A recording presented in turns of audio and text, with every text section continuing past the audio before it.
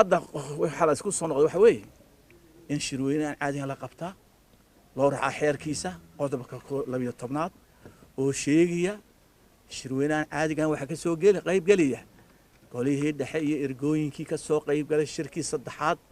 ee 2020 hoggaanka xusbiga waxa weeye intii halka lagu doortay gudoomiye ku-xigeenka waa dhintay kii labaad u resign gareeyay xogeeye ku-xigeenkii waa jiraa intaas way hoggaanka xusbiga wixii kale anagu aanu intii maqnaan aanu magacawnay lanoo siiyay go'aanka lanoo siiyay mandate-ka awoodda meeshaanu keenina in ansixiyaan iyo inay diidaan heshiiskana saasan u keenina wax la maxkamad la geeyo wax loo geeyo cabdirsaaq qiyaar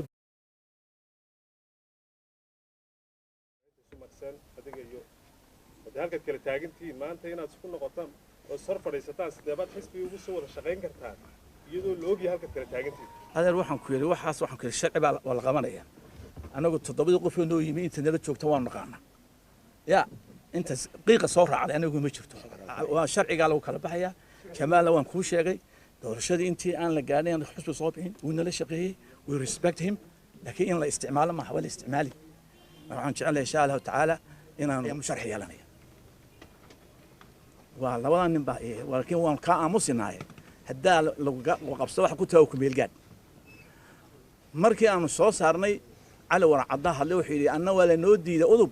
ucna waa la ogolaaday waan ka daba waxaan anigu ku meel gaad baan ku yiri hortaasaanay u ansaxsaneen madaxnimada jamaal laakiin waxaan doonaynaa inaanu sharciyano processkii golihii dhexe waanu fariisanay